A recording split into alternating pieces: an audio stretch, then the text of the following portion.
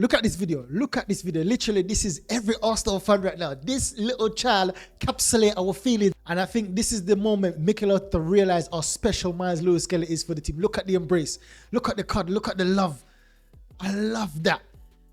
Listen, all of us saw it. All of us have seen it from a long time. I don't know how Mikel Arteta took so long to recognize it, right? But let's get straight into the video. Let's get straight into the highlights.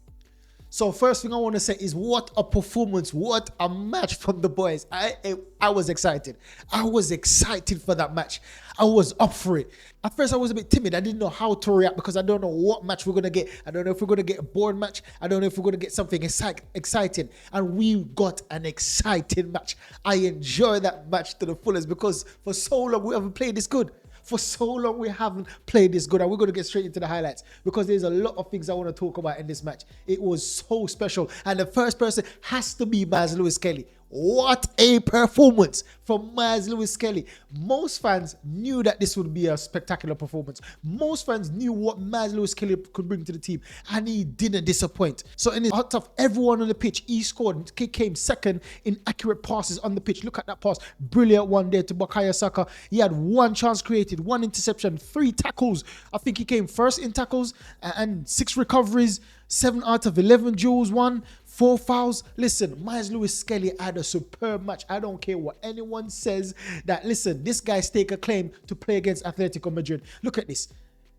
Emil Smith-Rowe had to foul him. He had to bring him down because they couldn't handle him. They didn't know what to do with Skelly. He was in and out everywhere. He was doing things. Look at this. Nice little simple play. So he was mixing it up. He wasn't trying too much. He wasn't trying too hard. And that's something that was letting him down.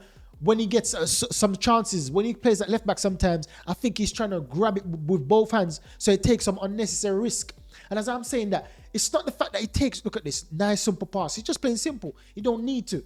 So look at this, nice 1-2 pass. I love the thing. This is another thing I love.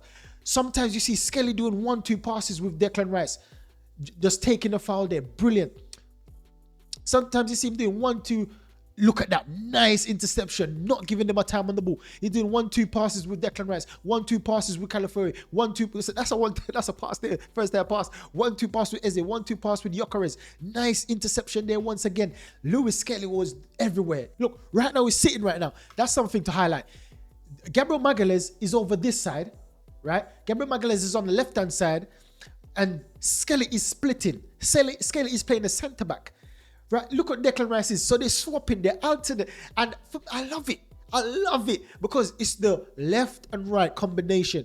With Declan Rice and Zubimendi in the same team, it's both 2 right-footed. So they can't get to spray the ball properly. They can't get to position themselves properly on the pitch. But with just like with Saliba and Gabriel, we've got left and we've got the right footer. Same thing in midfield. So you see Skelly dropping in, filling in for Declan Rice when Declan Rice go more adventurous. I love it. I love it. Skelly filling in the centre back for Gabriel when Gabriel went to the left wing. Calafiori attacks. Oh man, Skelly, Lewis-Skelly. I love this performance. Listen, if you watch my videos, if you're a regular viewer of my videos, you will see almost every video I make, I've been crying for Skelly to get a start in midfield. I've been saying that this guy is the new Dembele. He's the new Dembele, and he didn't disappoint. He can only get better. This guy is still young. He's still in it. I don't even think he's 20. I think he's still 19. Look at this. Look at this. Oh, man, too easy. Pitch and drive at players. But if he does it in the defensive side, brilliant ball there to Madueke. If he does it in the defensive side of the area, then he might get fouled or he might lose the ball, right? He might get fouled and may not get the foul, if you understand what I mean. Someone might foul him, and he may not get the foul because of him trying to play risky in the defensive area. But high up the pitch, easier to get a foul. Easier to get a foul. And I just spoke. That would have been a foul if Trossard. I think that was a foul, to be fair. But even if it wasn't a foul, and the referee played on, it would have been a foul if Trossard stopped. So brilliant performance there by Lewis-Skelly, man. And you see the link-up play right there I'm talking about with Skelly and Gyökeres. Look at Gyökeres. Gyökeres had another brilliant performance. And it doesn't look slow anymore. It doesn't look sluggish anymore. And he did more matches. So he could get 2 more goals, 3 more goals, who knows? But this is another thing. He was running down the channel. He was playing his perfect game. This is the game that he's used to. This is the game that he loves. And he was doing that a lot. He was getting down the channel. And I love that for him. I love that. That's unlucky. in the striking position. Look at this run. Brilliant run there. This is the finish I'm saying. Just take that on your left, man. Go near post on your left. Or even shape like you're going to go for a post and then curl it on near post, man, on your right. Victor, man, I wanted to get a hat-trick today, man. But, man, this today when I was in certain position, Ben White took that to heart. It looks like he heard the video. Lovely pullback from Saka. That should have been a goal again. Saka was having them on toast, man. They could not deal with him. Bassey saved them there. But yeah, I'm saying that Benjamin White should be in the attacking areas more, and Benjamin White lead each other. I love that because that's one of the things. Oh, brilliant there from California. That's one of the things I've been saying that Saka misses Odegaard. But if Gyökeres continue to play like this, he don't miss Odegaard, right? California had another brilliant match. This is what we've been missing as well. So we've been missing someone that can drive from midfield in Lewis-Skelly. We've been missing Saka performance. We've been missing Gyökeres, the players passing to Gyökeres down the channel, and Gyökeres linking up with another player, which is Saka in this match. Meaning that this guy meant business in attacking side. This guy meant business. Look where he is. He's in the position of Riley. How Riley plays for City, that's how Riley scored against us. The exact same position. And that's how that's California's natural game. Look, this guy's on the right wing. That's on the right wing. What is he doing? This is a left back. But look where he is. On the right wing. No one's gonna mark him. So this is what I'm saying. Now look at that. Let's pause that for a minute and talk about that for a minute. Because this is very important. Look at this. So you see, two players went to Saka. Robinson and Raul Jimenez. You see, Benjamin White is free. Calafiori is free because he went from all the way from the left back, and the left back and the right back can't come over to this side to mark him because then he will leave a few players free over there. You can see Skelly's free over there. He will leave Skelly's literally free over there. So if this right back came over, Skelly would have a Gabriel Magalhaes, I should say. Gabriel Magalhaes is free over there. Skelly would be free as well. So by just doing this action, now the defense for Fulham is going to be thinking, oh, keep on looking over the shoulder. Because that's how people always get the best of Saka, by doubling up and tripling up on him. But they can't get to do that because Calafiori is so unpredictable. They keep on have to look over the shoulder. Two men can't always constantly say, okay, we know we have to do double up on Saka. They can't be doing that. They have to be second guessing, looking, and that split decision you make, that split second you take to look around and assess your situation, Saka could be gone. Or he could do a good pass like what he just done there. No one expected Calafiori to be in this position. And look what Saliba. This is a centre-back, for God's sakes. This is a centre-back. Left back and a centre-back in the area of Fulham. And then another centre-back over there crying for the ball. You see what's going on? And then Saliba with that delicate cross. Fine little delicate cross. Look at that. Delicate cross. Ooh. It was unlucky by Gabriel Magalhaes, man. Unlucky, almost got there. Calafiori with a burst of pace again. On it. Brilliant pass there to Eze. Eze looking for a shot. Unlucky. That was an unlucky shot. He tried to curl it bottom mids. Once again, Calafiori doing his defensive duty. Oh, Trossard just messing with these guys. Just messing with them. Once again, Calafiori. Look where Calafiori is and look where Saliba is. Look where these guys are, man. And then it was a free kick. But they stayed up for so long whenever there's a free kick. And then you have Skelly covering. You have Declan Rice covering. They stay up for free kick for so long. So this is the only thing I'm questioning about. You see, basically he pulled 5 players to him. He pulled 5 players to him. That's how good and technical he is. But then have the awareness to know that, okay, Madueke is free. That's a tap-in for Madueke. Literally a tap-in if he passed Madueke there. So I know in the future it might be a good thing because a situation like that should be a pass. So Declan Rice sitting in front of the defenders once again, cleaning up everything, being tidy, being clean, no mess, just putting out fires, was very good again. Was very good again.